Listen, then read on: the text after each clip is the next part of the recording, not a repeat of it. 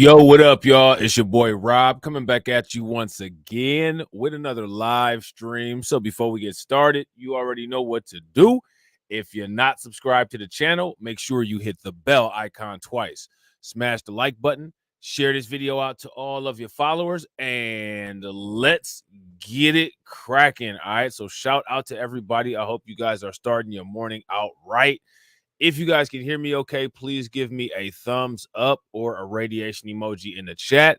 If you guys are having difficulty hearing or seeing me for whatever reason, please give me a thumbs down or a thumbs down or angry face in the chat. And while you guys are doing that, I'm gonna shout out everybody who's in the building early. All right. Shout out to Carlton Way. What's good with it, bro? Shout out to Brooklyn Queen. Shout out to AB Promotions. Shout out to Al McCowan. Shout out to Tedra. Shout out to David Brown. Shout out to Vovo. Shout out to Miss Nisi. What's good with it, Miss Nisi? Shout out to Katsy. We got Katsy in the building. Shout out to Miss Nisi for standing on business for 12 months. Make sure y'all show her some love. Throw some flames, some radiation emoji, some ducks in the chat for Miss Nisi standing on business for 12 months. Definitely appreciate it. I'm standing on business. I'm standing on business. I'm standing on business. Definitely appreciate it. We got DC Precise in the building. Shout out to DC Precise. We got Jada Informant in the house. Shout out to Jay. Make sure y'all show Jay some love. Being a member for 14 months, standing on business. Y'all know what to do. Throw some flames, some radiation emoji, and some ducks in the chat for Jay for standing on business for 14 months. Definitely appreciate it, bro. I'm standing on business. I'm standing on business. I'm standing on business. All right, so what we about to do today is we about to dive deep into this Colorado migrant crime. All right, we're going to talk about Tren de Aragua. All right, because there's some new information that has come out that, interestingly, the national mainstream media is not really talking about. And guess what else came up? Quote unquote, voting rights. Voting rights. Now, when they talk about these voting rights, here's the question. Who are these voting rights for? When they try to do this fear mongering about the voting rights, let me know who the voting rights are for. Shout out to my man AB Promotions for some off-rip ducats. Definitely appreciate it. Make sure y'all throw some flames, some radiation emoji, and some ducks in the chat for AB Promotions funding the organization early. Definitely appreciate it, bro. AB says, is bro DSB the #1 shareholder and board member? Oh, we got a call out, man. Throw them big money bags in the chat. Throw them big money bags in the chat. Make sure y'all show AB some love. Definitely appreciate it, bro. How do you think that we fund this organization, huh? We're not exactly the March of Dimes. Get the money, y'all. There are poor people around. I'm rich, bitch! Cash rules everything around me. Queen, get the money. Dollar bill, yo.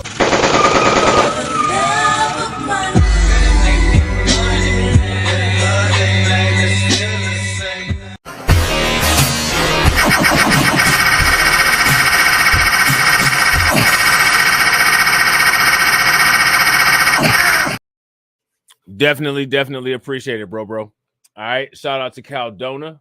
What's good with it? Welcome. Shout out to Greets. What's good with it? Welcome. All right. So what we about to do is we about to take a listen to this news clip from Fox, and they're talking about this voter rights issue, because what they're saying is that they believe that there's a large amount of illegal migrants who have registered to vote, and they're under the impression that that is going to throw off the election this year.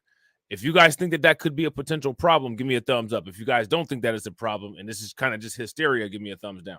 Welcome back. Vice President Kamala Harris finally revealing more of her economic policy during a campaign stop at a New Hampshire brewery yesterday.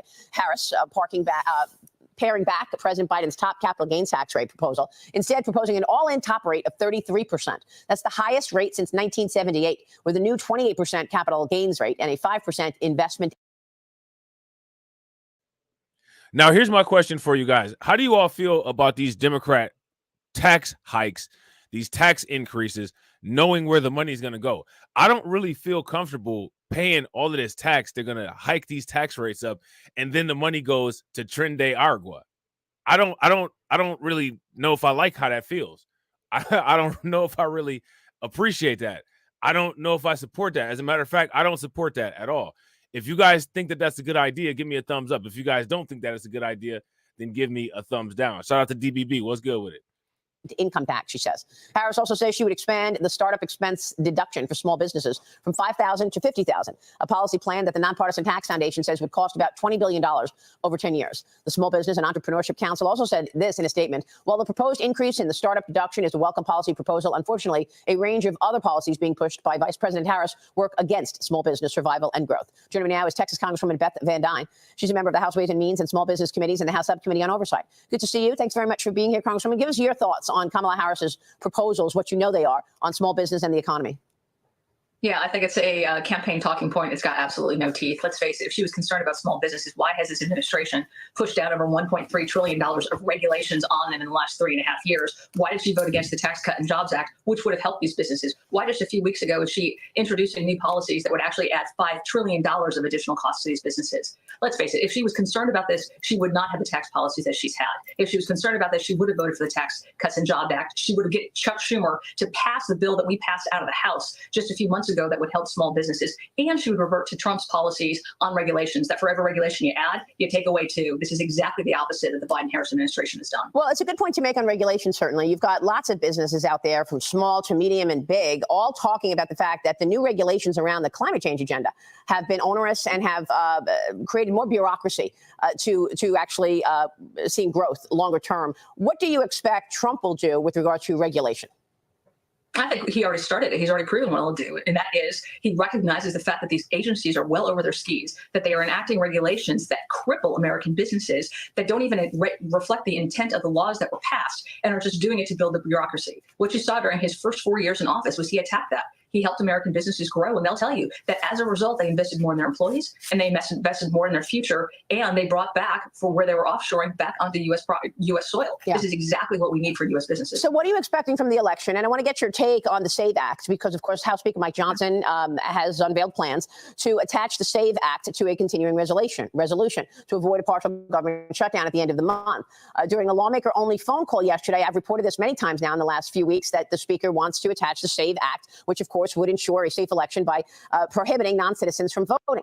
The vote on the measure would likely come next. So again, I got to ask, why is this even a discussion? Why is this even a discussion?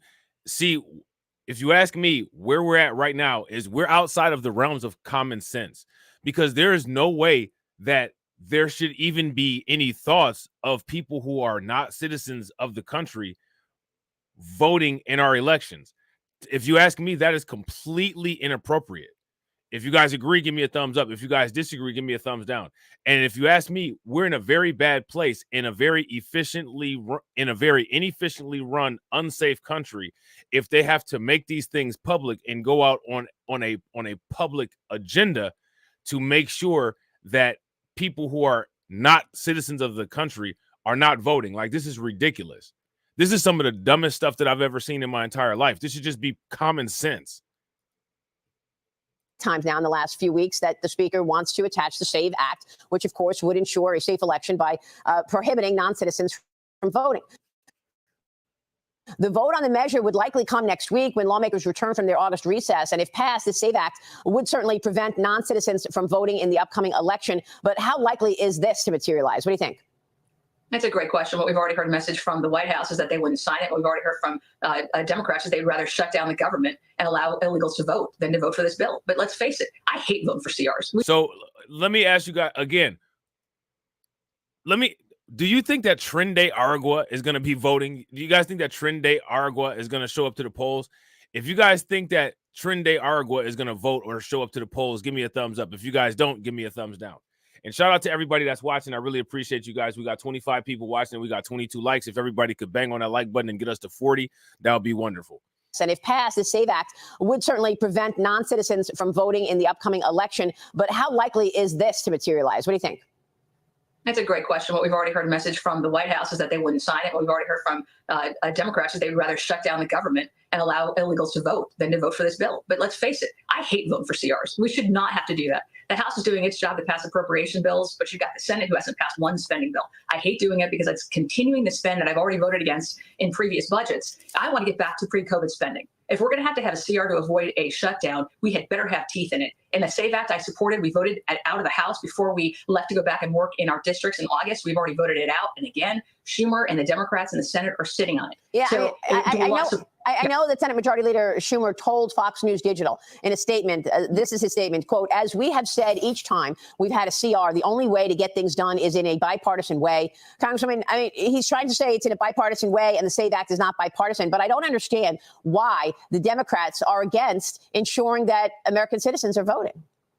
I think that's a perfectly great question. I love to ask. Now, I want to ask you guys that question. Why do you guys think, if this is true, why do you all think that the Democrats are against, quote unquote, American citizens voting? Why do you think that they want to make the election more accessible to non-citizens than they do to actual citizens? If that makes sense, give me a thumbs up. If it doesn't, give me a thumbs down. And let me know what you guys think the motive might be. Shout out to PD that remains. What's good with it, bro? Have that answered by Democrats. You know, we did have a bipartisan measure that was passed out. The SAVE Act had 5 Democrats that voted for it in the House. So you can argue it was a bipartisan bill. But let's face it, thousands of voters count. We had 45,000 votes to define the election back in 2020. You look at Georgia, that was just over 12,000 votes. In Arizona, it was 10,000 votes. And we've seen in our own state of Texas, when you clean your voter rolls, we had 6,500 illegal immigrants that were signed up to vote, that were registered to vote in our state, 6,000 that have been wiped off the rolls in Virginia. This law, the SAVE Act, would actually allow and give more teeth for other states to have to do that. These thousands of votes are going to make the difference between what happens in November. Yeah. Lee Carter, I want to bring you in here. You speak to Republicans, Democrats, Independents all the time. You know, sort of with your finger on the pulse of where voters are. Do you ever hear an answer from Democrats in terms of why they're so against having ID to vote and why they're so against something like the SAVE Act that would prohibit non-citizens from voting? No. It all gets left. Now, let me ask you guys a question. Okay, aside from all of the Fox News and all the Fox News propaganda and all that, right? Aside from that, why is it that the Democrats always take this voting rights thing, package it, and try to present it to black people as if black people's voting rights are in danger? And then you have people like, you know, Roland Martin, who will chase after you and, you know, try to call you all kind of names and tell you that you're dumb, when we're sitting here and we've gone over this multiple times and we see exactly who these voting rights laws and voting rights bills and proposals affect. Why do these celebrities come out and say, you need to protect your voting rights? Our voting rights are protected. These are the voting rights that they're talking about. Who benefits from these voting rights besides Democrats? Yeah, hold on 1 second, Congressman. Go ahead. It all gets lumped into one thing, which is if you stand for this, then you must be anti-humanitarian and all of these other things that go with it. But it doesn't make any sense. And there isn't a feeling on one of these things. It just does not make sense. It doesn't stand up, and you can't push people on it to give you a real answer on why they support it. Yeah, it's really something, Congresswoman, that the Democrats keep digging in. I mean, even Merrick Garland said that he vows to stop any voter ID for an election. Why? Because we already have laws against it, but we're having to force the federal government right now to do the same thing. Yeah. We have taxpayer dollars in these federal agencies. They have been active by a Biden-Harris executive order that we're having our agencies actively campaign and register voters in Democrat areas, specifically to get them to vote. Shout out to Patrick. Patrick says trying to use blacks as the face to backdoor in illegals to vote. Yeah, I would agree. If you guys agree with Patrick, give me a thumbs up. If you guys disagree with Patrick, give me a thumbs down. Now, here's my question for you guys. With all of the propaganda, with all of the celebrities, all of these people being paid by the same group of people who are using people as mascots to push their agenda, my question is, how do we forcibly separate from that perception? That's my question for you guys. Let me know what you think in the comment section. And also, shout out to everybody that's watching. I really appreciate you guys. If you guys haven't smashed the like button yet, please do me a favor. Take a moment, smash that like button. Also, if you guys haven't hit the bell and subscribe to the channel, hit the bell and subscribe to the channel. All right. Let's see what we got real quick. Looks like we got 25 people watching and 23 likes. So we pretty close to the 1-to-1. So that's what's good. Make sure you guys throw that 100 in the chat. Definitely appreciate you. And try to hit that like button, and let's try to get to 60. All right. In this election. All right, I want to move on. I think it's a violation. So that's what you believe they want. They want illegals to vote. Is that what you just said? Look, if you listen to them. Don't listen to us. Listen to them. You've got people like Yvette Clarke who are talking about needing to have more illegals in her district in order for her to keep her congressional district seat. Wow. You're seeing them vote. Only 5 voted. Only 5 of our Democrat colleagues voted for the SAVE Act when we just had it last month, a month and a half ago in their House. Why are they? I want to get your take on policy because if they're afraid of it, vote for it. One of the most glaring differences between Trump and Kamala Harris is the wide open border. Harris and Joe Biden have allowed 10 million plus illegals to come into this country in the last 3.5 years, including violent gangs. And the violent Venezuelan gang, Tren de Aragua, has now moved into North Texas, we're told, according to the Dallas Police Department. So now, as you guys can see, they've moved to North Texas. So Tren de Aragua is on the move. They're getting their roots deeper and deeper into the United States. I don't know what to say. We know they're running around New York City as well. That's what the NYPD told me. We're also learning that a Haitian migrant was arrested in Massachusetts after allegedly molesting a 10-year-old boy. He entered the U.S. last year through the Biden-Harris administration's controversial migrant flight program. And Fox News senior... Now, this is an old story.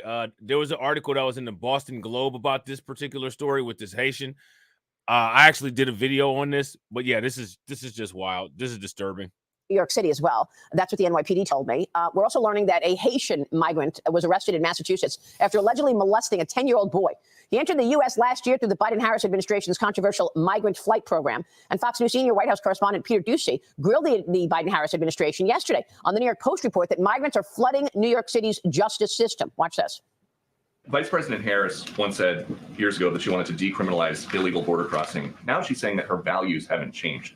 And so how much ownership does she have for this latest NYPD stat that 75% of arrests in Midtown Manhattan lately have been migrant? Her values haven't changed, and you heard that on the interview that she did with CNN very recently, and I think that's important. I think someone's values matter, and that's what you see from the vice president. This administration, including Harris, because this is the Biden-Harris administration, believe that anyone found guilty of crimes should be held accountable. Yeah, a lot of talking points there, Congresswoman, but the fact... Okay, here's the question. Are they? If you guys feel that the people who commit crimes are being, quote unquote, held accountable for their crimes, give me a thumbs up. If you guys don't feel that the people who are being held or who are committing crimes are being held accountable, then give me a thumbs down. If you ask me, I always have to ask the question in regards to that. How do you hold a migrant accountable for migrant crimes in a sanctuary city? The entire design of the city is to give them sanctuary. So how can you hold them accountable for a crime? That's my question. So the facts, 75% of those being arrested in New York are migrants. Your thoughts?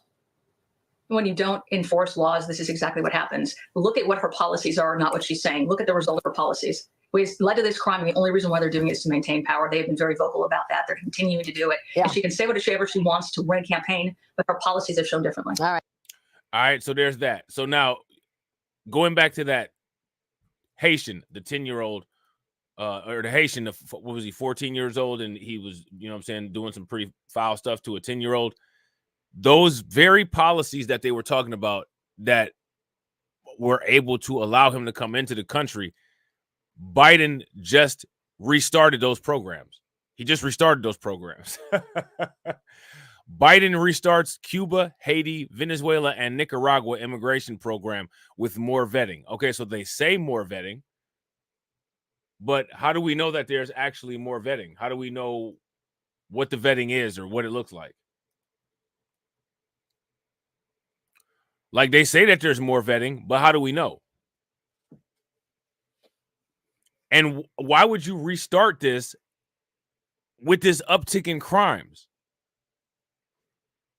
Like, we know there's a huge uptick in the migrant crime, yet they're going to still just continue to do this. The Biden administration is restarting an immigration program that allows migrants from 4 countries to come to the United States. The administration said Thursday that it's now including, quote unquote, additional vetting of their U.S.-based financial sponsors following fraud concerns. So what does this mean? We've talked about this before. We're going to talk about it again. What do you notice about this immediately? There's no additional vetting for the migrant. The additional vetting is only for the sponsor. So now here's my question. if there's no more vetting for the migrant and the additional vetting is only for the sponsor, how does that make sure that you're bringing a safe migrant into the United States? The Biden administration is restarting an immigration program that allows migrants from Cuba, Haiti, Nicaragua, and Venezuela to come to the United States. And it is including, quote unquote, additional vetting. All right, pay attention, additional vetting of their US-based financial sponsors following fraud concerns. So as a result of this, they're investigating Americans. They're investigating people from America. They're not investigating the migrants more. They're investigating their sponsors. Shout out to Ricky. What's good with it, bro? Does that make any sense? The Department of Homeland Security had suspended the program earlier this month to investigate the concerns, but indicated that an internal review found no widespread fraud among sponsors. Okay. Together with our existing rigorous vetting of potential beneficiaries seeking to travel to the United States, these new procedures for supporters have strengthened the integrity of the processes and will help protect against exploitation of beneficiaries, the agency said. The program launched in January of 2023 and is a major piece of the Biden administration's immigration policies that create or expand pathways for legal entry while restricting asylum for those who cross the border illegally. Now, here's my question. How does this program restrict asylum? How does this program restrict asylum for people that cross illegally? It doesn't make any sense. Okay. The policy is aimed at countries that send large numbers of people to the United States. Look at this. The policy is aimed at countries that send large numbers of people to the United States and generally refuse to accept those who are deported. Now, let me ask you guys this question. What should the United States to do directly to get these places to stop sending people here?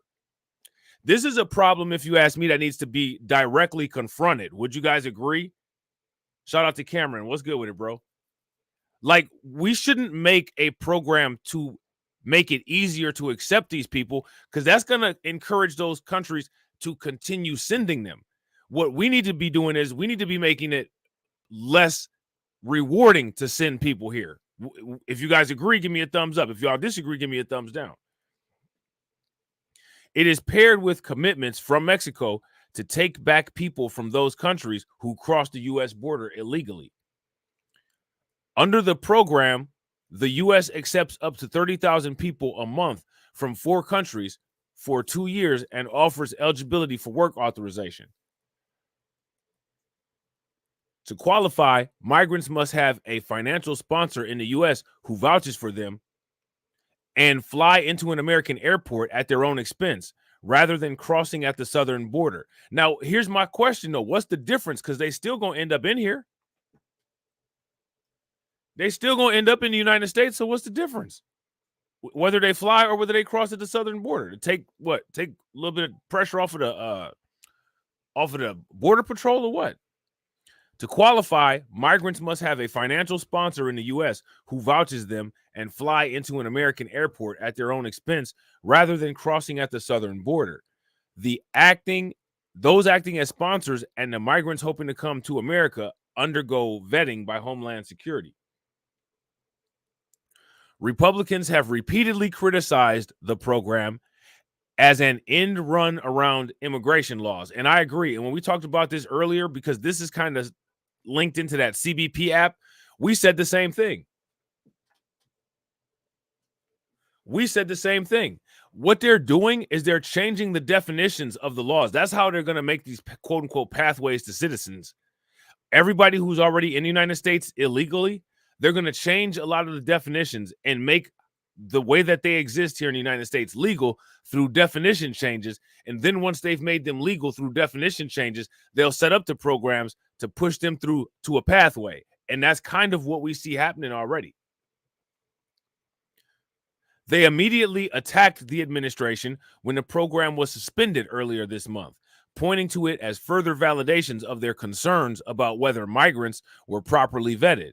And they criticized the decision announced Thursday to restart. I mean, I would criticize this too, especially with all these people coming from Venezuela. right? If you ask me, they should be kind of making sure we don't need as many Venezuelans right now. We got a lot going on. Maybe once we get some of these situations under control, we'd be more open to, you know what I'm saying, see what we can do. But as of right now, can't do it. As of right now, it would definitely be a no-go. You know what I'm saying? So now here it says, instead of scrapping the clearly flawed program, the department is allowing it to continue without rooting out the fraud or putting adequate safeguards in place to prevent exploitation by sponsors here in the United States. But fundamentally, there would be no fraud to prevent if DHS simply stopped importing 30,000 inadmissible aliens every month in the first place. Right. And that's what I'm saying, said Republican Mark Green, chairman of the House Homeland Security Committee. If you guys agree with that, give me a thumbs up. If you guys disagree with that, give me a thumbs down. That right there is the common sense approach. That's the common sense approach.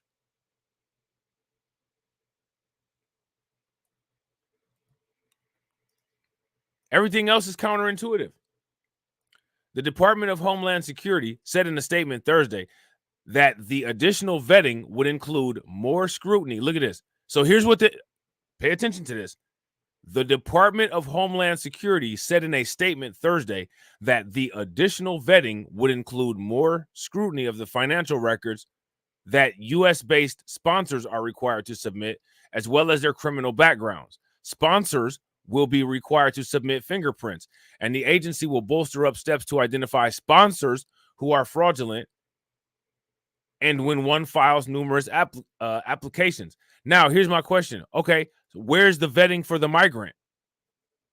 Did you notice that? How when it came to talking about these criteria right here for the vetting, there was no criteria for the migrants?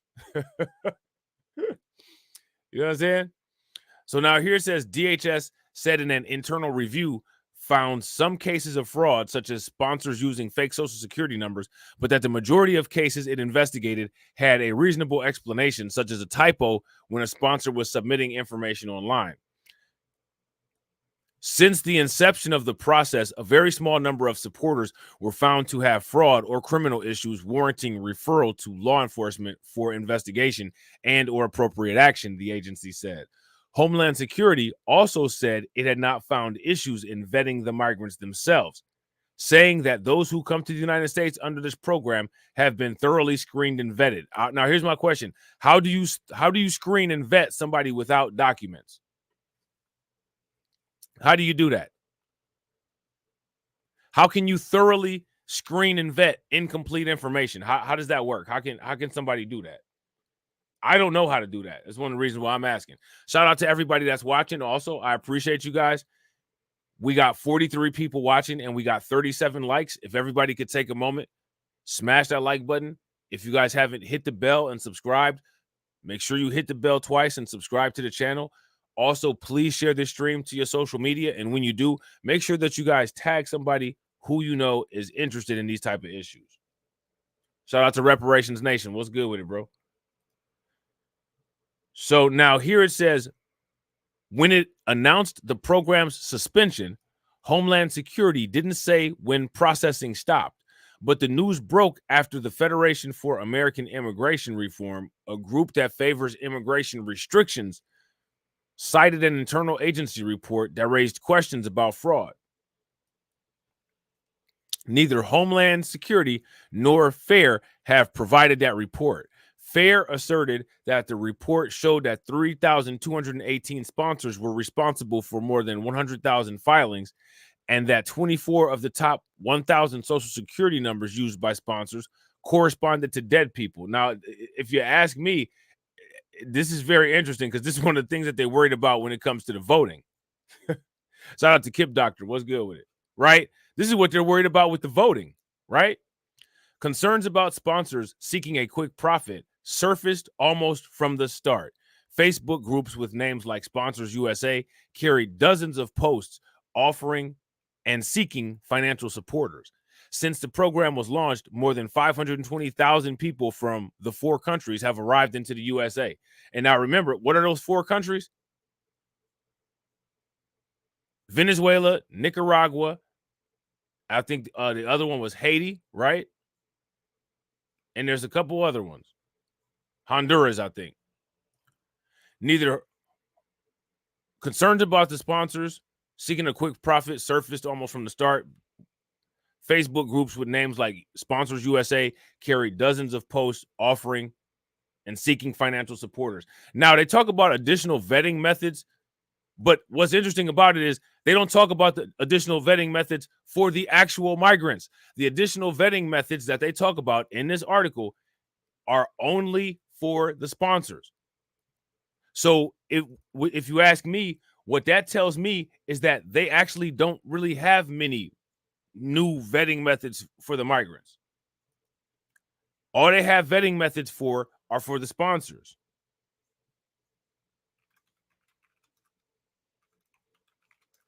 I'm going to put the link to this in the chat so y'all can check it out. All right. Shout out to everybody that's watching on the replay gang. Make sure y'all hashtag replay gang so we can holler at you. If you're interested in looking at this article independent of the video, it's in the chat for y'all. All right. Shout out to John Guillory. What's good with it, bro? Arrests for illegal crossings have plummeted among the 4 nationalities. Okay, so here's the 4 countries. Cuba, were arrested 5,065 times during the first half of the year, compared with 42,000 arrests in November of 2022 alone. Haitians were arrested 304 times during the first 6 months of the year, compared with a peak of nearly 18,000 in September of 2021. The spikes in these numbers are just ridiculous. Like there's no reason for that. There's no excuse for it. You know what I'm saying? This is just pure incompetence. If you guys agree that this is just pure incompetence, give me a thumbs up. If you guys disagree and you think that there is some shred of competency in here, well, give me a thumbs down and let me know what you see that we don't. You know what I'm saying? So we're going to take a look more at this quote unquote migrant voting issue. Of the SAVE Act, Arizona Congressman Andy Biggs, who sits on the House Oversight and House Judiciary Committees. Andy, good to see you. So 1, will this pass? And 2, will it make a difference?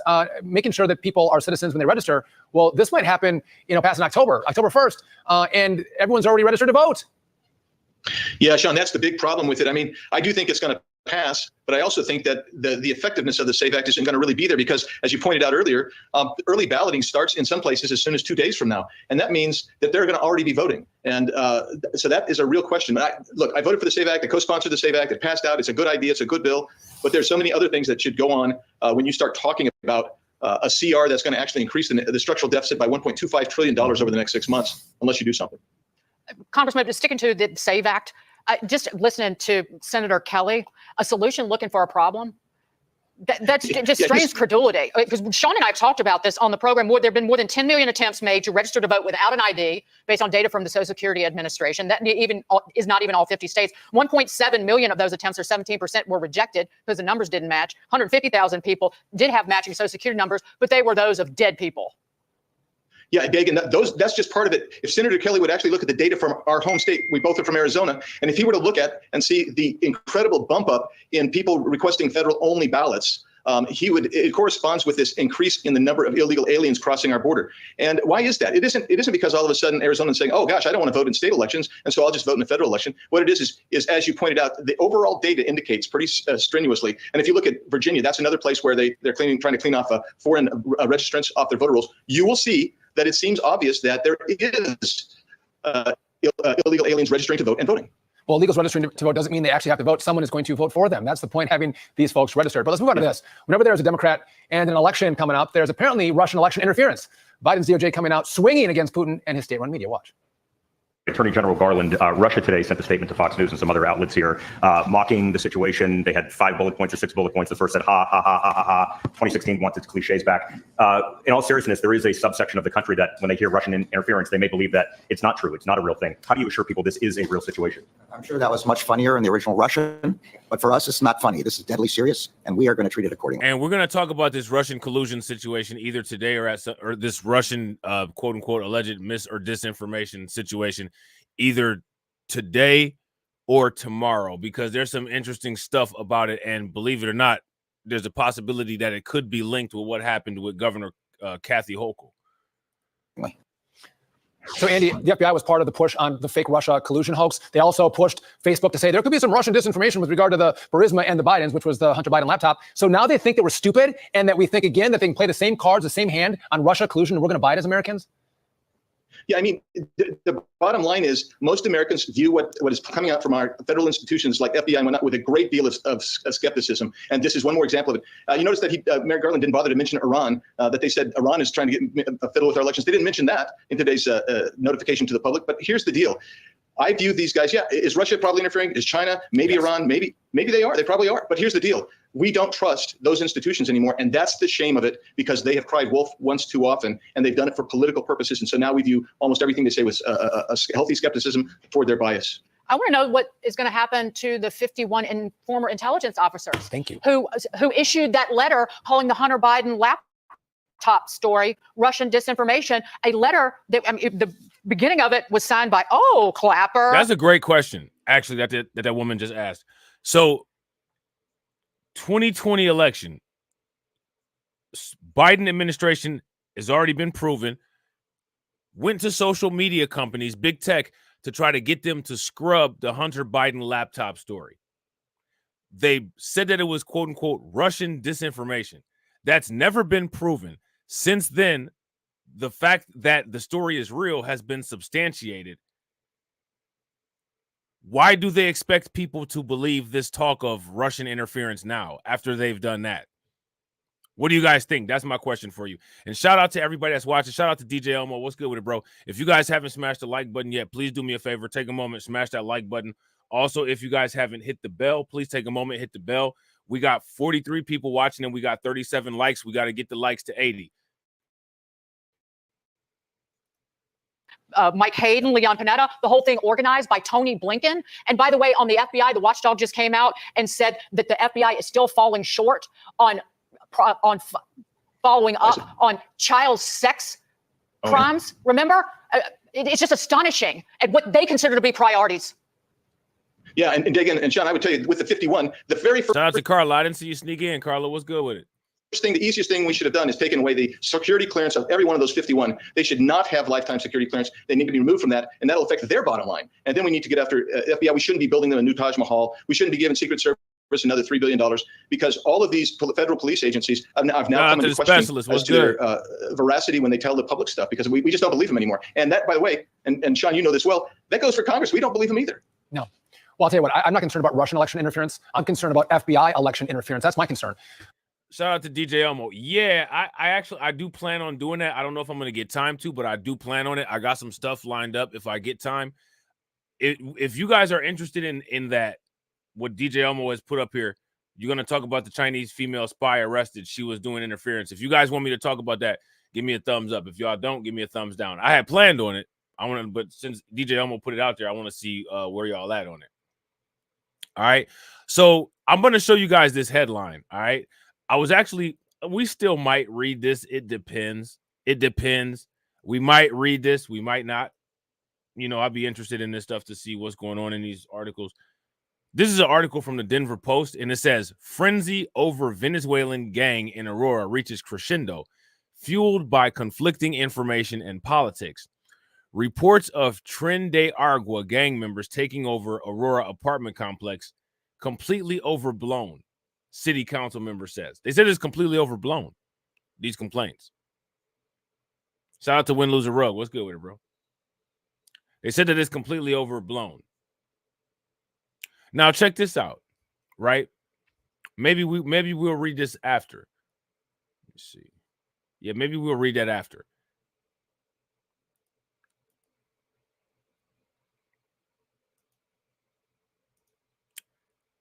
Here's a new report. All right. Here's a new report. Aurora police confirm 4 suspects arrested are linked to Venezuelan gang Tren de Aragua. The Aurora police have confirmed it. So what are we doing here? Shout out to DSA. What are we doing here? You know what I'm saying? There they go right there. Suspects arrested in connection with July 28th shooting at Nome Street Apartments. So that's them right there. So can we say that the speculation is over now?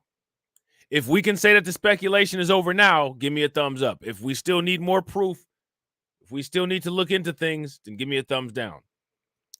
The Aurora Police Department confirmed on Tuesday that all 4 suspects arrested in connection with a shooting in late July are linked to the Venezuelan gang Tren de Aragua.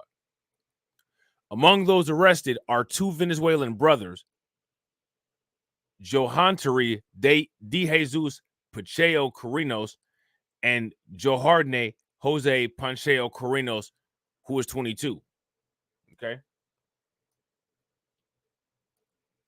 In addition to the Pancha Carreno brothers, 2 other suspects, Dixon Azul Perez and Nixon Azul Perez, were arrested for allegedly tampering with evidence related to the shooting at the apartment complex that the city shut down a few weeks ago.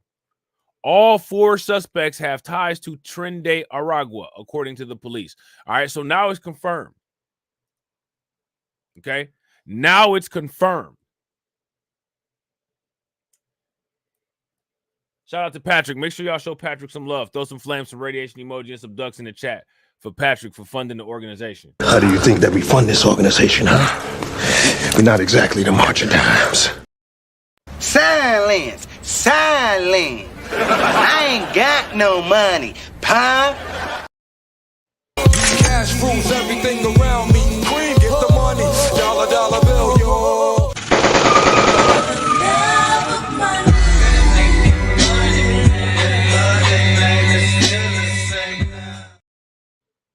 Patrick says, funny how that spy isn't a priority to W's. You don't think so?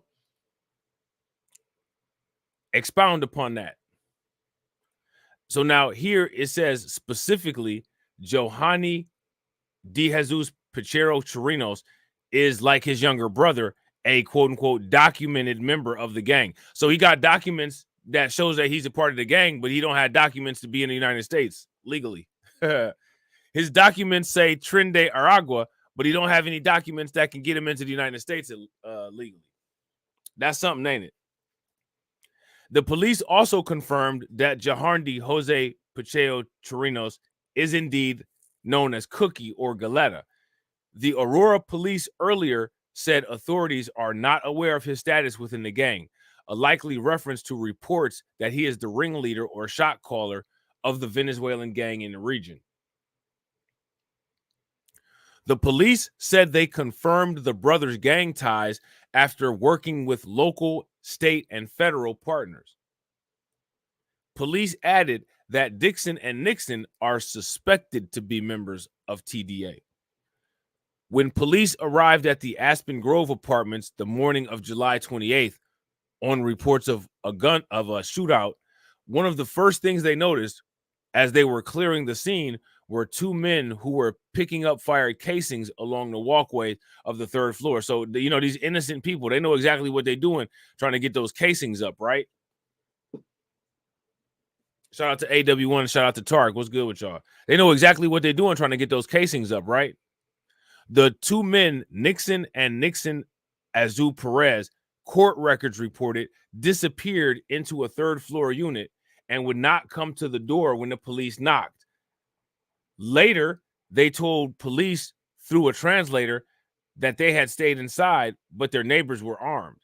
They denied that they had anything to do with them and told the police they were moving bullet casings so that the police wouldn't link them. I mean, why would you tell the police something? So they don't, so, I mean, not the brightest, right?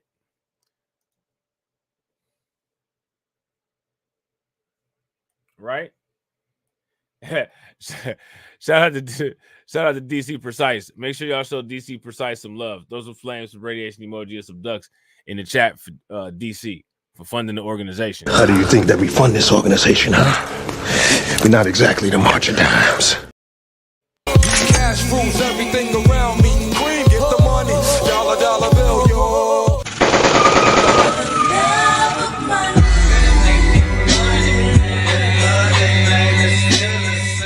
Get the money, y'all. They're poor people, bitch!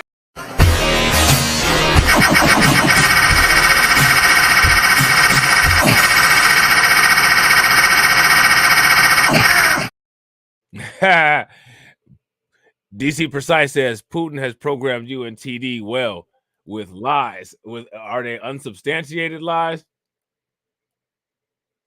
Unsubstantiated fantasy! Lies! Lies!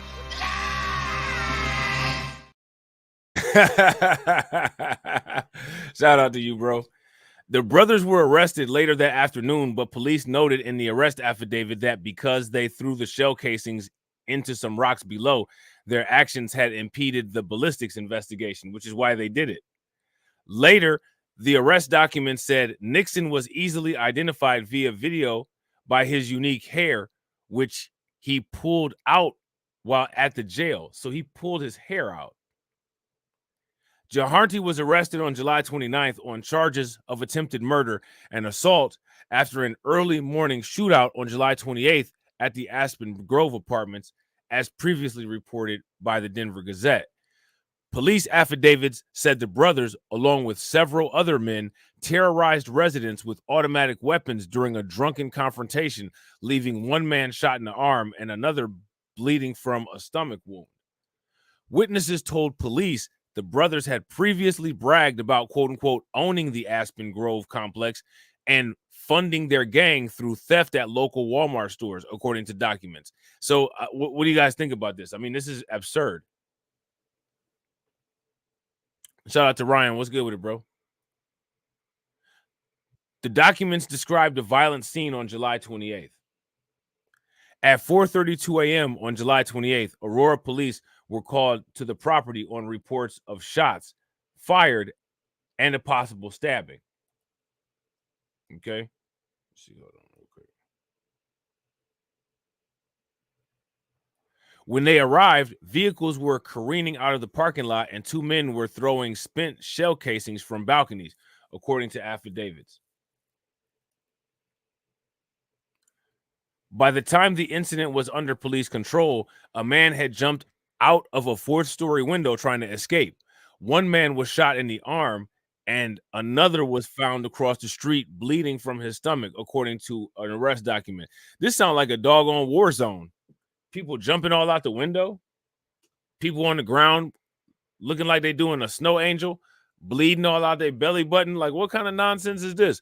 How many of y'all want to live over here? If y'all want to live over in this place right here, give me a thumbs up. If y'all don't, you want to stay far away from this place as you can, give me a thumbs down.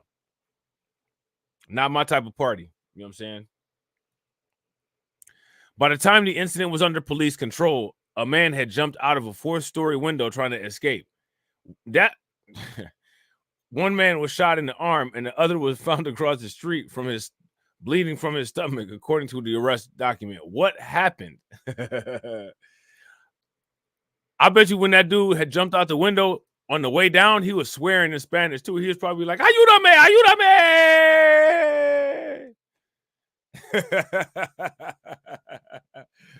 Oh man, he probably messed himself up. He jumped from the fourth story. That's ratchet.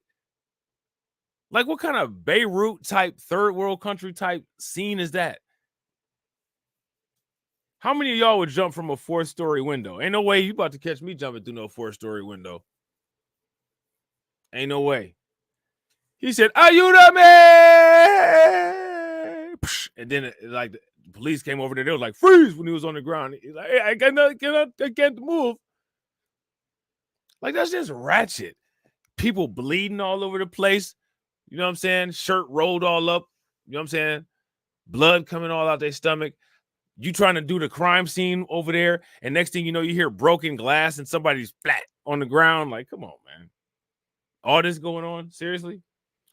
The Aspen Grove complex now boarded up and deemed uninhabitable. So they done deemed this place uninhabitable because of these people. I told you this is just ratchet. This is like Beirut rat. This is third world ratchet. This is ridiculous. And then you in the middle of something and you just hear some broken glass and somebody like, "Ay!" Because you know when they A lot of times when people be for it for whatever reason, like anytime they fall, and that's what they say is "aye." You know what I'm saying? You try to put the handcuffs on somebody and get them in a police car. You hear glass breaking, sandal all on the ground. Like what the hell is going on over here? Just spend your whole damn 8 hours at this rusty apartment complex, getting bit up by bed bugs. You know what I'm saying? It's just ratchet. People jumping out the window, Deneen. They just jumping all out the window like they had a damn swimming pool or something. For real? For real? Jumping out the window.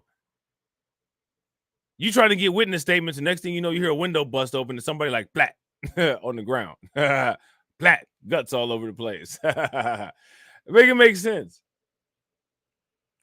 You know what I'm saying? They probably like, what is going on? That's what these people do. They crossed over the Darien Gap.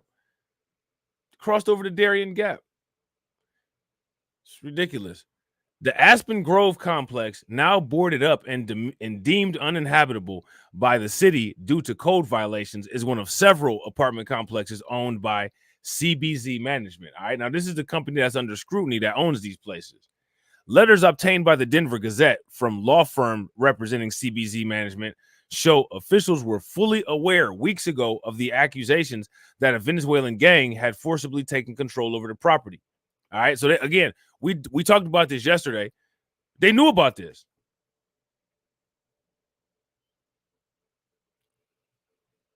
Yeah, they be like that Nelly song. Underlay, mommy, E-I, I'm falling out the window. You know what I'm saying? Like, plat. Plat. Any presence of criminal activity, including gang activity, will not be tolerated. But they've tolerated this for weeks. The Aurora Police Department said in a statement on X, the Aurora Police Department will continue to fight crime. We will find and arrest those responsible. They were acting like this wasn't going on, like literally just a couple of days ago. Everything's fine here. Now, the next thing you know, we got this right here. Look at that. Look at that. El Tren de Aragua. You know what I'm saying? Jumping all out the window. Literally crashing out. Crashed right out the window when the police came. Like, that's crazy. No airbags deployed. No airbags deployed. You know what I'm saying? No bungee cord deployed. Now, here's another one, right? Because that article talked about 4 people, right? That article talked about 4 people that had been linked to Tren de Aragua. Now, this article from the Denver Post says that there's 10 people who are linked. Aurora police link 10 people to Venezuelan gang amid furor, with 6 now in custody. So here's where they got the 4 number. 2 confirmed, 2 suspected Tren de Aragua gang members arrested in connection with the July shooting on Nome Street. So it took them this long. It took them that long.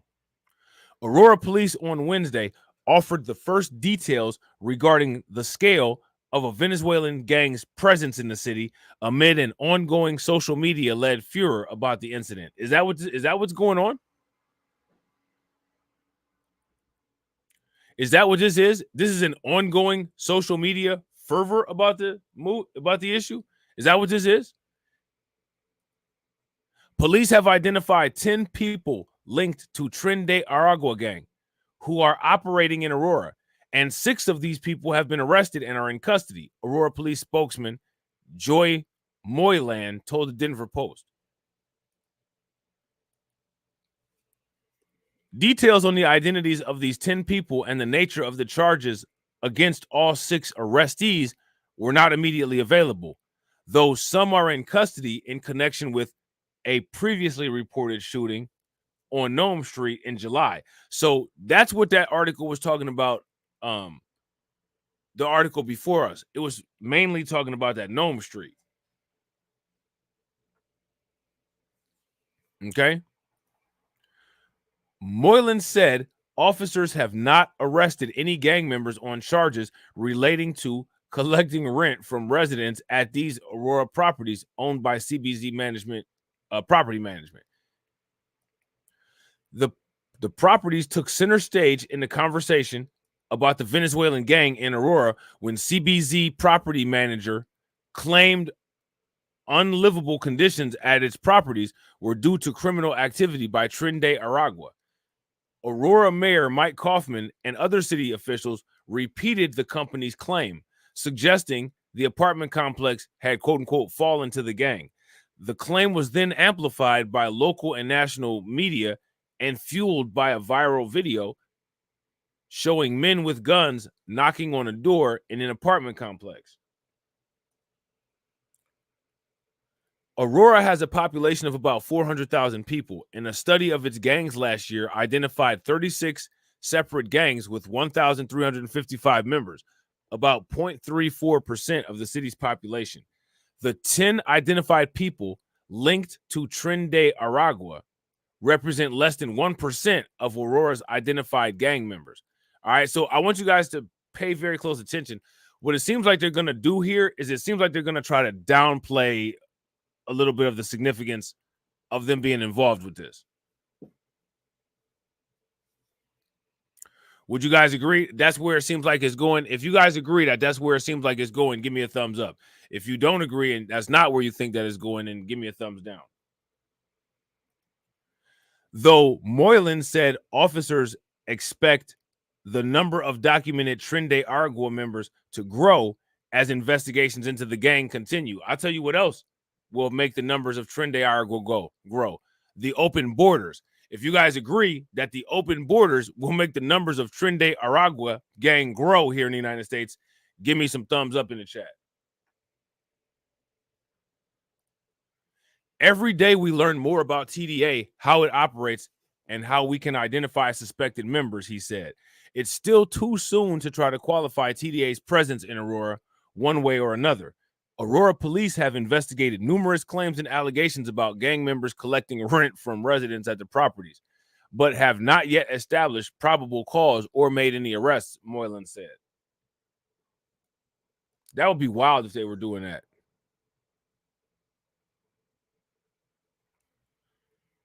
Aurora police have investigated numerous claims and allegations about gang members collecting rent from residents at the properties, but have not yet established probable cause or made any arrest warrants. Moylan declined to comment on how many criminal acts connected to Tren de Aragua members are currently under investigation, citing the ongoing investigating work. He said the police department has been investigating the gang for a year and that the residents making complaints about the gang's activity have largely been migrants who live in the buildings, probably because they don't want to deal with that. That probably sounds a lot like where they were leaving from to get here.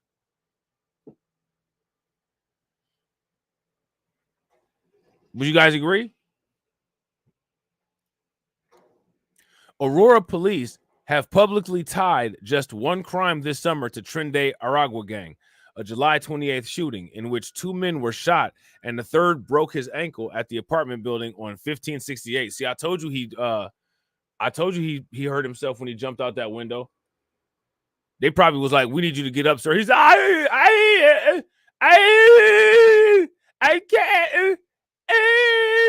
My ankle's broken. And they yanked his ass up, threw him in the back of the police car, drove him down there. Man, you know he was screaming. You know, a lot of times people be built funny. They be real top heavy, looking like a wisdom tooth. I bet you he shot when he when he jumped out of that window. I bet you he shot out of that window like a rocket and landed all awkward on his ankle and it turned over to the side, like how when you be playing basketball and you land funny. Except for he was so big, he just snapped his ankle right in half. He was out of commission. It was just done. He just laying on the ground with his hands behind his back. He was just done.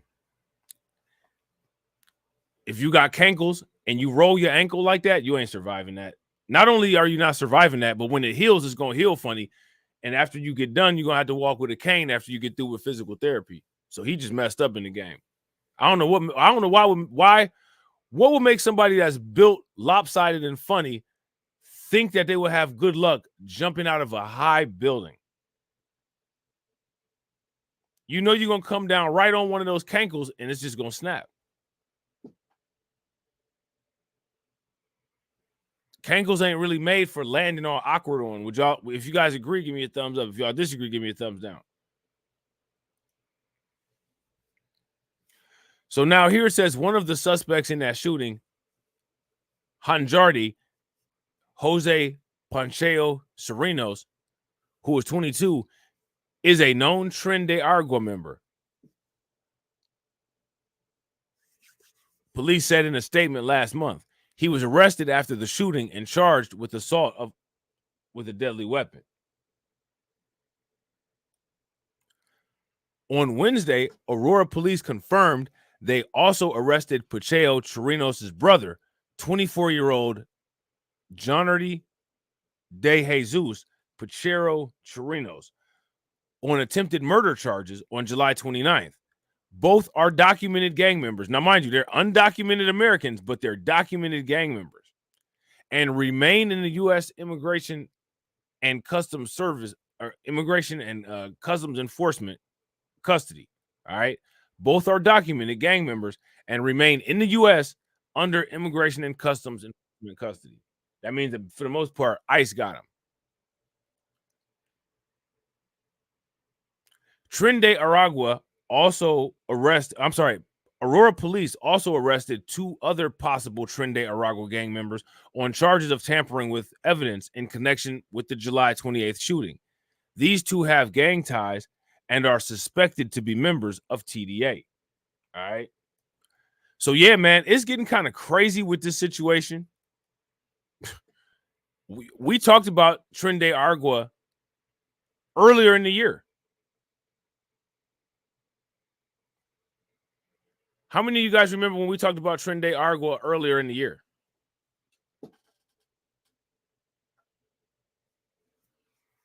We talked about these people earlier in the year.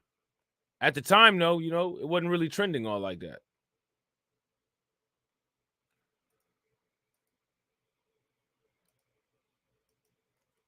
So if the situation is not that bad, we got to ask this question. Why did this happen?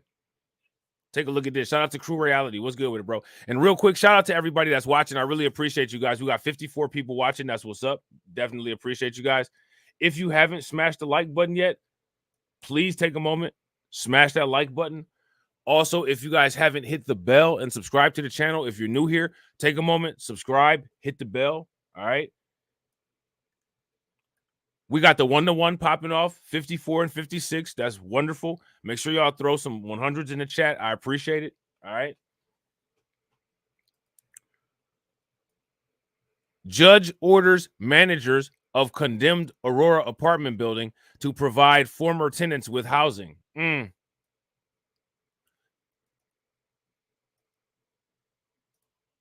That'll be the first time those people had housing and not living in a war zone, if they don't end up in a war zone with this housing that they plan on getting for them, except for when they was back at home before they came into the United States illegally, because we all know that where they was from was a war zone. Fitzmines Place owners, managers must provide people with either hotel rooms or comparable units.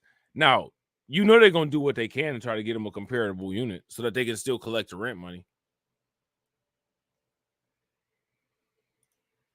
You guys know they're going to do that, right? Let's take a listen to this. We're going to listen to it like it's a video.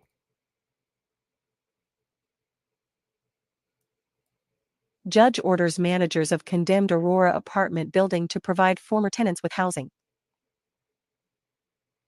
An Adams County judge has handed a small victory to former residents of a condemned apartment building in Aurora by ordering the property owners and managers to immediately find housing for the dozens of families displaced.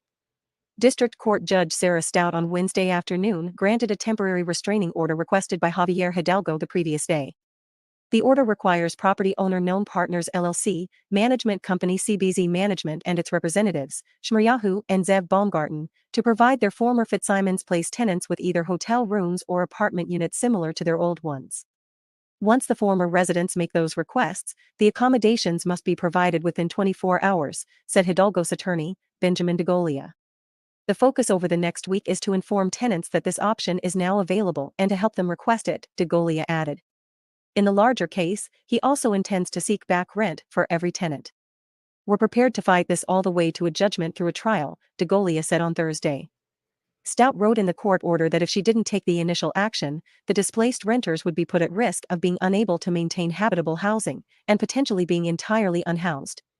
She set a hearing for next Wednesday to hear arguments on whether to extend the temporary restraining order and convert it into a preliminary injunction. As it stands, the temporary order will last 14 days. An Aurora City spokesperson has said the city is covering hotel stays for former residents through the end of August, and outside organizations will pay for former tenants' security deposits if they secure a new rental. But the court's involvement could provide more certainty in the long term. Representatives of the property management company didn't immediately respond to a request for comment Thursday. The city of Aurora. Now, they never do. You guys know that. Like, anytime any of these people are involved in any of this kind of shade, they never really jump out the window to answer questions. Now, they'll jump out the window to give some testimonial. They'll jump out the window to get in front of a media camera and say something. But when it comes down to, actually sitting down for a Q&A and them getting grilled, they never do it. They just don't accept the assignment. Declined to comment. Hidalgo filed the class action complaint on Monday after more than 85 families were forced to move out of the 98-unit apartment building, 1568, Nelm Street, by Tuesday morning. The lawsuit listed a litany of issues endured by residents since CBZ Management took over in 2019. Bed bugs, black mold, in-unit flooding, and more. As soon as we got in and saw the conditions and complained about how poor the conditions were, the management would ignore us or refuse to do anything, Hidalgo told the Denver Post on Tuesday. He hails from Puerto Rico, Venezuela, and is a Venezuelan migrant like many of the other former tenants. Hidalgo, 27, moved into the building in February. Last week, Aurora City officials condemned the complex for unaddressed code violations and gave the occupants 6 days to leave, a quick timeline that left residents begging the city for an extension. CBZ Management, for its part, blamed recent problems at the property on the presence of a transnational Venezuelan gang. Get more Colorado news by signing up for our daily Your Morning Dozen email newsletter. So interestingly, again, the judge has ordered the apartment owners to provide former tenants with housing. Now, I want to ask you guys this question. Shout out to Chili C. What's good with it, bro? Does this imply to you that we can lay everything to rest now? We don't have to listen to the people doubting and saying that this is all speculation. For the most part, yeah, it's pretty much confirmed. If you guys would agree, it's pretty much confirmed. There is a huge Tren de Agua gang problem in Colorado. Give me a thumbs up. If you guys disagree and you're still not convinced, then give me a thumbs down and let me know what you think is going on, okay? But again, for whatever reason, I don't know why, like a lot of people ain't really saying too much about this stuff, but the information is out there. And I don't know why, these mayors and stuff like that, I don't know why they're trying to run interference. I don't know why they're trying to run interference for putting the spotlight on this gang. What do you guys think? Let me know what you guys think. Frenzy over Venezuelan gang in Aurora reaches crescendo, fueled by conflicting information and politics. Now, this is what I want to ask you guys, because I think it's important to pay attention to the source of mis/disinformation. What reports are they saying were conflicting? Where was the conflicting reports? The only thing that was conflicting was what Mayor Mike Johnston has been saying and what Governor Polis has been saying. Those are the only two things that have been conflicting. And then the police gave a statement backing what those two were saying. But then the mayor of Aurora actually came out with the information and said, nah, this is true. There is an actual gang issue that we have here.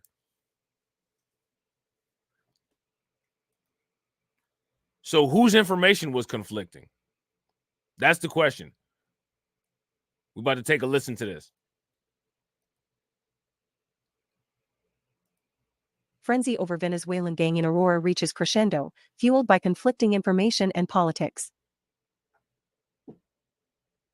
The frenzy over Venezuelan gang's presence in Aurora reached a fever pitch over the holiday weekend, fueled in part by viral video of men with guns knocking on an apartment door and by a presidential election in which immigration and border security will be key issues for voters. Right-wing social media influencers and citizen journalists seized on video shared by Denver's Fox 31 television station showing armed men at an Aurora apartment complex, often adding their own captions and commentary, as it made the rounds on TikTok, X, and Facebook. Even former President Donald Trump weighed in during a podcast interview, repeating unverified claims that gangs were taking over big buildings with big rifles in the city.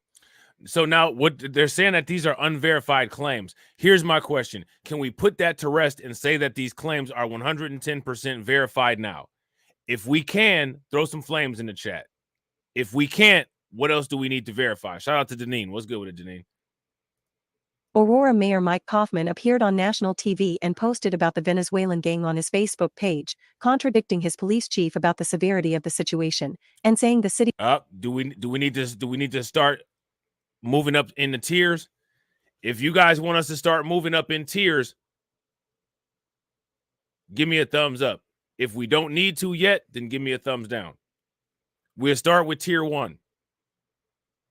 He was preparing to go to court to get a judge's order to clear out the apartment complexes where the Tren de Aragua gang operates. However, city staff on Tuesday said that is not the immediate plan. Aurora and Denver police have publicly acknowledged there are Tren de Aragua gang members in their cities, but they say the gang's numbers are not large and they operate in isolated areas. Now, let me ask you guys this. If the gang numbers are not large, that really doesn't mean that they're still not wreaking havoc all over the place. Because in most cases, a gang is never going to mirror the amount of people that live in an area. It's always going to be a small segment. What's important is what kind of impact on the greater public does that small segment have? Would you guys agree? Others say the Tren de Aragua presence in Aurora, a city of nearly 400,000 people, has been overhyped. Those stories are really overblown. If you didn't live here, you would swear we were being taken over by a gang and Aurora was under siege, Aurora City Councilwoman Stephanie Hancock said Tuesday. That's simply not true. Aurora officials over the Labor Day weekend contradicted each other on the scope of the problem and the city's responses to it. Kaufman claimed. So now, how did that happen? Why? Again, see, and this right here shows the incompetence. Would you guys agree? If you ask me, there's no excuse for there to have been conflicting information. All of the information should have been uniform. They should have all had an agreed upon description of what the situation was, and they should have communicated and conveyed it in a way where they were giving the public information to keep the public aware, as well as to get whatever kind of federal assistance that they could get. Not just decide to go fighting and be all unorganized. Because while they're fighting and being unorganized, this stuff is still going on. Those stories are really overblown.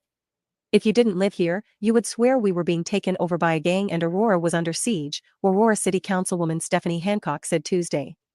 That's simply not true. Aurora officials over the Labor Day weekend contradicted each other on the scope of the problem and the city's responses to it. Kaufman claimed on Facebook that 5 apartment buildings along Dallas Street are associated with gang activity, and told Fox News that several buildings under the same ownership have fallen to these Venezuelan gangs, repeating claims made by property management company CBZ Management that the apartments fell into disarray because of gang activity. Kaufman did not return a request for comment Tuesday. Aurora Councilwoman Danielle Jurenski, who has been most outspoken about the gang's presence in the city, also did not return a call from the Denver Post seeking comment Tuesday. The mayor's claim of a gang takeover is disputed by other city officials, who say the long-standing disarray and poor conditions at the apartment buildings were the fault of poor oversight by CBZ management, not because of criminal acts by Tren de Aragua members. There's this hysteria that we apparently have a gang problem, but what we have is a slumlord problem in the city of Aurora, City Councilwoman Allison Kuhn said. Aurora interim police. So the city of Aurora is blaming the problem on the apartment managers. The apartment managers are blaming the problem on the city of Aurora. Now, here's my thing, right? These apartments in Aurora have probably been slumlord apartments for a long time. If I'm not mistaken, I'm pretty sure Jesse, shout out to Jesse, validated that when we talked about it the other day. I'm pretty sure these apartments have been slumlords for a long time. They were slumlords for a long time, but had not been taken over by any gangs. Currently, there was a large gang presence there, so large that the story went viral. As a result of the story going viral, the building has gotten shut down, and they now have to be housed in other locations, right? So what that would say is that this wasn't just speculation. This was true. So it's pretty easy to substantiate. So I'm curious as to why they still are talking in this article as if they have doubts. What do you guys think? Chief Heather Morris said in a video Friday that residents are not paying rent to gang members. "I'm not saying there's not gang members that live in this community," she said in the video, taken at the edge at Lowry Apartments at Dallas Street and 12th Avenue, where officers were talking with residents. "We've really made an effort these last few days to ask the specific questions and direct questions in terms of the gang activity and making sure that people aren't paying rent to gang leaders, gang members. That's not happening. And we've discovered here today and yesterday, talking with so many residents, that is not the case," she said. "We're standing out here, and I can tell you that gang members have not taken over this apartment complex." Dozens of residents who gathered in the courtyard at the edge at Lowry Apartments Tuesday afternoon said they have not been threatened by, or even interacted with, gang members. "They say there are gangs and criminals, but the only criminal here is the owner," resident Moises Diednot told a crowd of reporters. The residents demanded city leaders hold the slumlord building owners accountable for untenable living conditions, including rodents and bedbugs. Diednot held up adhesive mouse traps with 3 dead mice stuck to them. Aurora officials have disputed the property manager's claims. Like, that's just trifling, man. That's disgusting. That's just disgusting. And shout out to AB for the perpetual 50, hashtag 50. Make sure y'all hashtag 50 in the chat. The perpetual 50. If y'all haven't hit the like button, take a moment, hit that like button. Also, if you guys haven't shared the stream to your social media, take a moment, share the stream to your social media. And if you're not subscribed, make sure y'all hit the bell icon twice and subscribe. This is the hardest record out. The perpetual 50. That issues at the apartment buildings are due to gangs, instead citing poor upkeep that has resulted in repeated code violations. Tenants on Tuesday said they were more afraid of the hatred sparked by news coverage. "We don't feel threatened by gangs," said resident Gladys Tovar. Multiple people interviewed by the Post, including the 2 city council members, specifically referenced the Fox 31 report about gangs at the edge at Lowry Complex, featuring the video of armed men in the building, as elevating the national attention on the story. On August 28, Fox 31... So now here's my question. What were people supposed to do? Just not say anything about it? Is the expectation that they were just supposed to what? Stay quiet about it to not make the apartment complex look bad or something? It's what it sounds to me like is it sounds to me like they're trying to shame people out of speaking out about this. If you guys agree, give me a thumbs up. If y'all disagree, give me a thumbs down. Reporter Vicente Arenas, who had been reporting on problems at the complex, posted to social media a video that shows 6 men, one of whom was holding a rifle and 4 of whom were carrying pistols, knock on a door and go inside an apartment. Since the footage was first posted on the news station's website and X accounts, Fox 31 says its network partners have confirmed with the U.S. Department of Homeland Security that the men were affiliated with the Tren de Aragua gang.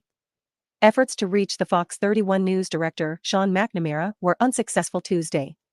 On Friday, Kaufman wrote in a Facebook post that the city was preparing to seek an emergency court order declaring additional buildings a criminal nuisance, a tactic the city used before evicting 85 families from a building at 1568 Nome Street earlier this year. But city officials denied that Tuesday. Aurora representatives are planning to meet with the property managers and owners before taking any official action in court, and an emergency court order is one of several considerations at this time, city spokesman Michael Brannon said. The state law is clear when it comes to a property owner's responsibility when it comes to addressing health hazards and code violations at the apartment buildings they own, he said in a statement. We will continue to aggressively pursue a resolution in order to address the poor conditions impacting residents. Venezuelan migrants have been arriving in Metro Denver as they flee political upheaval, a poor economy, and a humanitarian crisis. Now, let me ask you guys a question. Is that the only thing that's going on, or are they coming to the United States for other reasons besides that? How do you get a prison gang with a street gang presence in the United States if those are the things that they're coming to escape from? How does that work? They come into the United States with street skills. They come in to put in work, not to work. Would you guys, if you guys agree, give me a thumbs up. If you disagree, give me a thumbs down. So far, an estimated 42,700 migrants have come through Denver since January 2023, according to a tracker on the city's website, although many have moved to other parts of the country to be closer to family and friends. While some claim the Venezuelan gang is bringing danger to the city, crime in Aurora has declined in 2024 compared to 2023, statistics published by the city show. Overall reported crime dropped 20% in the first 8 months of the year when compared to the first 8 months of 2023, the statistics show. The city saw declines in homicides, robberies, and aggravated assaults. Aurora police did not answer questions Tuesday about whether they have identified any instances of Tren de Aragua members collecting rent from Aurora residents. How many people? So I want you guys to put the focus. There's a reason why they keep bringing the focus to, oh, they're just making sure that they haven't collected any rent from the residents. There's a reason why they keep putting the focus on that. And the reason why they keep putting the focus on that is because the whole idea is that this gang wasn't supposed to have any presence at all. So now what they're doing is they're taking one extreme talking point and using that as the basis to say, well, the gang problem's not as bad as people try to make it out to be. It's actually worse than people have tried to make it out to be. Been identified as Tren de Aragua members in the city, or how many criminal acts have been connected to the gang. Aurora city officials have publicly tied just one crime this summer to the Tren de Aragua gang. A July 28 shooting in which 2 men were shot and a third broke his ankle at the apartment building at 1568 Nome Street. One of the suspects in that shooting. That was the are you the man? Splat. That was that incident right there. Somebody getting arrested. Put your hands behind your back. Freeze. Get up. Get in the car. Then you just hear like P. Diddy and Mace. Broken glass everywhere. I ain't got no documents and I don't care. Like, seriously? Like, who wants to deal with that? Who wants to deal with it? And from Aurora residents, how many people have been identified as Tren de Aragua members in the city, or how many criminal acts have been connected to the gang? Aurora city officials have publicly tied just one crime this summer to the Tren de Aragua gang.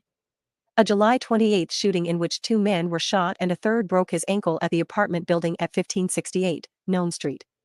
One of the suspects in that shooting, Johnny Jose Pacheco Chirinos, 22, is a known Tren de Aragua member, police said in a statement Thursday.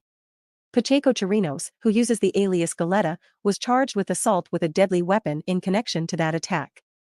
Pacheco Chirinos was also charged with aggravated assault after an incident at the apartment complex in November, Aurora police said. Across the metro area, Tren de Aragua gang members have been arrested in 2 other incidents this summer. A jewelry store robbery in Denver and an enforcement action by the Arapahoe County Sheriff's Office. The Sheriff's Office on August 21 arrested 6 people during a routine policing effort near South Quebec Street and Highline Smith Way, a slice of county land sandwiched between Aurora and Denver, spokesman John Bartman said. 4 of those arrestees were later found to be Tren de Aragua members, he said. Now, the thing that's wild about this, right, is that there's so much speculation, allegedly, right? So much alleged speculation. But what's crazy about it is that once all these arrests occur, Tren de Aragua just keep coming up. They just keep appearing. Anytime people get arrested, Venezuelan migrants, they check these people out. Somehow they figure out stuff about them with no documents. Once they figure it out, what they can figure out about them is that somehow they're Tren de Aragua. Now, here's the question. How much responsibility do you all feel that Governor Polis actually takes for this particular situation? Do you guys think that he takes responsibility for this? If you guys think that he does, give me a thumbs up. If you guys think that he does not, then give me a thumbs down. We weren't looking for them, Bartman said, adding that deputies found some drugs and recovered a stolen vehicle during the proactive policing effort. He was not able to identify the 4 arrestees or say Tuesday what charges they faced. Denver police spokesman Doug Shepman said many people on social media were conflating Denver and Aurora in a misleading way. He said officers have So now, and again, when it comes to a state and you're talking about a flagship city or like the largest city in the state, the largest metropolitan area in the state, people are always going to associate Denver with, for the most part, everywhere in Colorado, because what other cities do people know? People know Denver because of the sports. It's the most noteworthy city in Colorado. If you guys agree with that, give me a thumbs up. So now what they're trying to do is they're trying to say that this is a false narrative because people mistakenly mixed up Denver and Aurora. Like, you can't make this up. This is deflection at its height. This is deflection at its height. You know what I'm saying? And when it comes to this, the state officials used the media to try to deflect and invalidate the story to get negative attention off of themselves. And that's just, it's wild that they did that. And they've gotten exposed. And my thing is, if you ask me, whether it's the mayor of Aurora, whether it's Governor Polis, or whether it's Mike Johnson, the mayor of Denver, they all, to me, have shown themselves as dishonest and non-trustworthy politicians. If you guys agree, give me a thumbs up. If y'all disagree, give me a thumbs down. So if you ask me, this particular incident here, it should negatively affect their political careers. I don't think that they should get reelected. How many of you all would reelect either of those 3? If you all lived in those states, would you all reelect those 3? If you would, give me a thumbs up. If you wouldn't, give me a thumbs down. no evidence that Tren de Aragua members are targeting Denver apartment complexes for takeovers. John Ewing, a spokesman for Denver Mayor Mike Johnston, said the national attention was fanning ugly rhetoric during an election year. The mayor's office is concerned that immigrants who move to Colorado to start a better life will be harmed. But the city is also working to stop the spread of Tren de Aragua. Let me ask you guys this question. Who's the most likely to, they asked if migrants are coming to these areas to try to improve their lives, are they going to get harmed? Now, if an immigrant comes to an area and they're in a migrant shelter, who's most likely to harm those immigrants? Let me know what you guys think. What was the answer to that question? People on social media were conflating Denver and Aurora in a misleading way. He said officers have no evidence that Tren de Aragua members are targeting Denver apartment complexes for takeovers. John Ewing, a spokesman for Denver Mayor Mike Johnston, said the national attention was fanning ugly rhetoric during an election year.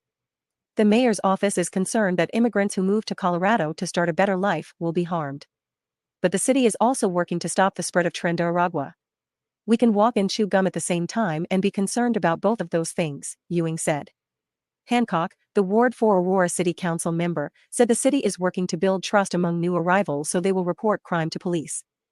Our immigrant population is being targeted by... Now, let me ask you guys a question. How can you encourage people to report crime to the police if, when crime is reported to the police then turn around and say, well, the crime's not real?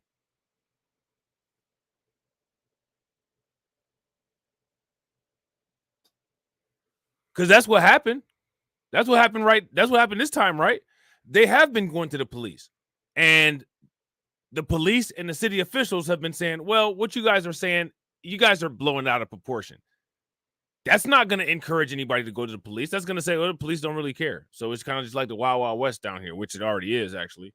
Monsters from their own communities, she said. They often don't report for fear of retaliation.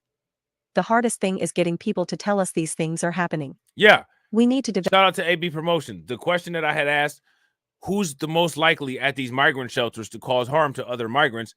AB Promotion says other migrants. I would agree with that. If you guys agree with that, give me a thumbs up. If you guys disagree, then give me a thumbs down. Develop trust with our agencies, and we need APD to develop a relationship with people who came here to seek a better life. Aurora leaders also are worried about how the national reports reflect upon the city's reputation. It definitely makes it seem like our city is not safe, that it's not a good place to live, not a good place to do business, City Council member Coons said. It also makes it seem like our city staff and our police department are not trying to serve the public.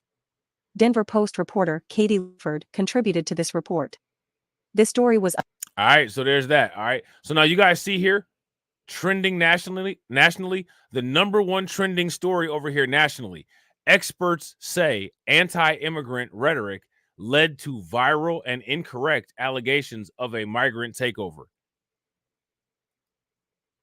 Now, this article, it takes you out of the Denver Post and takes you to the Chicago Tribune. So we're going to take a look at this article here in the Chicago Tribune. And again, so here's the thing, right? How are you allowed to, if discussing this is anti-immigrant rhetoric, in what terms are you allowed to discuss this in? What terms are we allowed to discuss these things in?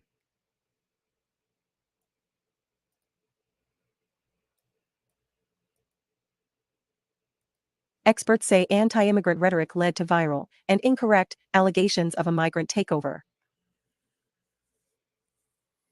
Experts say that anti-immigrant rhetoric that has intensified in the last several weeks ahead of the presidential election in November led to viral and incorrect allegations by right-wing social media accounts that migrants took over a South Side building Monday night.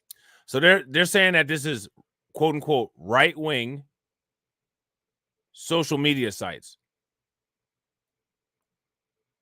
What about the local news? Listen again. Experts say anti-immigrant rhetoric led to viral and incorrect allegations of a migrant takeover. Experts say that anti-immigrant rhetoric that has intensified in the last several weeks ahead of the presidential election in November led to viral and incorrect allegations by right-wing social media accounts that migrants took over a South Side building Monday night. Indeed, authorities said migrants did not trespass with weapons and motorcycles, despite rumors circulated by ex-owner Elon Musk and others. While a 911 dispatch call came in about 7:45 p.m. Monday that 32 Venezuelans were trespassing and showing guns in the courtyard of a building in the Washington Park neighborhood, Chicago police said it was a call of service and that no police report was generated. Residents in the area and Now let me ask you guys a question. Do you believe that, or do you believe that no police report was generated because you don't generate police reports in a sanctuary city? If you guys think that it was just because nothing went on that no police reports were generated, give me a thumbs up. If you guys think that no police reports were generated as a result of the sanctuary city status and how the police aren't really allowed to do anything to these people, then give me a thumbs down. Migrants living at the building said the call was unfounded. There weren't 32 armed people here last night. That's a lie, said Anderson Gutierrez, 20, in Spanish on Tuesday morning. Gutierrez, who is from Venezuela, said he and his siblings moved into the building a couple of weeks ago. Look, there's no one outside, he said. We all know each other. No one is hurting anyone. Immigration experts, who pointed to similar incidents that have unfolded across the country in recent days, said some people are spreading misleading content about migrants on social media to sway voters for anti-immigrant candidates and causes. Okay, so here's my question for you guys. Who are the people that are spreading mis and disinformation about this situation? Who are the people that are doing it?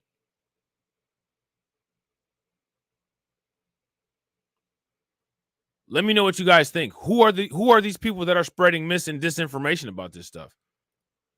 Panic over the emergence of the Venezuelan gang trend Aurora spread in Colorado last week after Fox News in Denver aired a surveillance video. The footage, which also went viral, showed a group of men armed with semi-automatic long guns and pistols in an apartment complex in the city of Aurora. Aurora police could not confirm any gang activity related to the footage, but did say they were working with the federal government to monitor gang activity. We are aware that components of TDA are operating in Aurora, said Aurora police in a statement posted to their website Thursday. The incident sparked a wave of stories from different outlets. Xochitl Bada, professor of Latin American Studies at the University of Illinois Chicago, questioned the truthfulness of their reporting. She wondered if the video itself was AI generated. Are you serious? So they questioned if the video of Tren de Aragua was AI generated.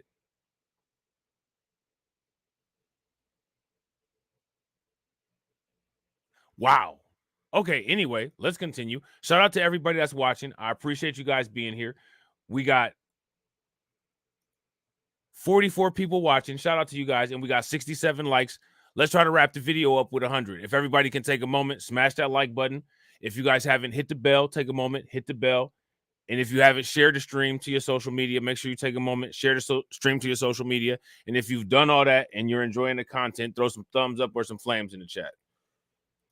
Social media has no boundaries, Bada said.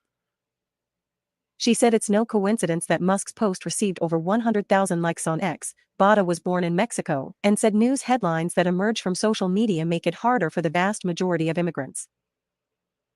When I shop on the Magnificent Mile and I go to a large store, I have people following me while I browse, she said.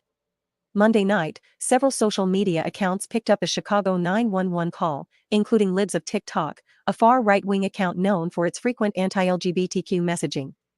Musk, who has increasingly used the social media platform as a microphone to amplify his political views, reposted the scanner audio from CRimelsDown.com with 2 exclamation points. Alderman Jeanette Taylor, 20th, whose ward encompasses the building, also confirmed that migrants were not wreaking havoc at the property Monday.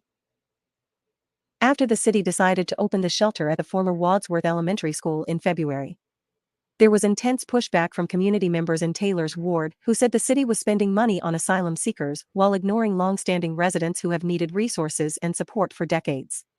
Now, would you guys agree? I think that is what the biggest issue is that people have with this. If you guys agree that that's the biggest issue that people have with this, give me a thumbs up. That's what this is all about. And the thing is that it doesn't make any sense. They're not being transparent with it. And they're just making it blatantly obvious that not only are they not going to help the residents, they're not going to give any explanation as to why they're using the money the way that they're using it anyway. So, of course, people are going to get extremely upset, right? That shelter closed in mid-May, and many migrants have moved into the community permanently. Taylor said her community knows that migrants are not taking over. She said the reaction to the incident highlights the way some politicians spread harmful messages instead of addressing issues such as homelessness and systemic racism. It's better for them to make it seem like Black and brown people fight amongst each other than for them to deal with the real issue and create real policies that make everybody safe. Well, Black and brown people do fight amongst each other because brown people have anti-Black sentiments built into their culture. So even if there was resources that were for everybody, they would still be attempting to fight us and say that we're getting handouts and that they're more entitled to the things that we work for. If you guys agree, give me a thumbs up. If you guys disagree, give me a thumbs down. That's the reality of it. She said. Alexandra Felindra, a political science and psychology professor at UIC, said anti-immigrant rhetoric has intensified over the past several weeks, which she believes is tied to the presidential election. She has been tracking anti-immigrant tweets and social media posts since December. Felindra, who specializes in American gun politics and immigration policy, said nativism and xenophobia have, throughout United States history, led to targets on vulnerable people. Social media can escalate those attacks, she said. Certain things some years ago would not be posted. Okay, so now let's put that theory to test. They're talking about how these how things on social media can lead to these attacks or whatnot. Here's my question for everybody. How many migrants have been victims of hate crimes as a result of somebody being upset with quote unquote Tren de Aragua? If you ask me, these Tren de Aragua people are a huge threat to the other migrants who are at the shelters in proximity to them, and they're threats to the people of the cities where they're from because they're coming in wanting to gangbang. The biggest threat here is Tren de Aragua. But they're projecting the focus back onto the people that are critiquing the criminal, degenerate element of Tren de Aragua. Make it make sense. Today, not only are they posted, but they're amplified, Felindra said. Freddie Cruz, a program manager at the think tank Western States Center, said anti-immigrant sentiments online can lead to long-term, real-life consequences. We've seen acts of violence specifically targeting migrants in places like Pittsburgh, Buffalo, and El Paso, he said. But Tuesday morning, as Musk's post on X received thousands of retweets, the housing complex was quiet. A man swept trash from the gutter and a group of residents sat on the curb across from the building. They pointed at a dirt bike propped against a fence near the courtyard, which they joked may have been the impetus for the call. Robert White, 28, who grew up in Chicago, said he has friends and relatives who have lived in the building. He said there are several dozen migrants who now also live in the building, many with kids. They get along, he said. It's a group of us. We're not doing nothing out of the ordinary, White said. We're enjoying ourselves. Sometimes people don't like to see that. They like to see us fighting.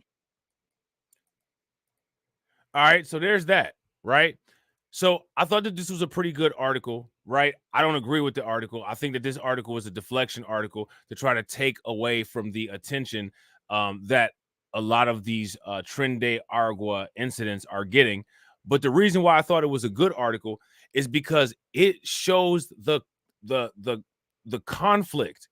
It shows the inconsistency. It shows the back and forth that is going on between the actual narrative and the mainstream media. There's literally no conflicting reports about this. You know what I'm saying? But people are just saying that there are in order to try to take attention off of this incident. And the reason why they're trying to take attention off of this incident, because this is just another example of an implosion of these policies that these places put into place. Now, I'm going to ask everybody this question. Shout out to the replay gang, hashtag replay gang. If y'all get to this point in the video, make sure that you guys leave an answer to this. Look at this situation that's going on in Colorado. Looking at the presidential election, which president's policies would make the United States look more like Colorado?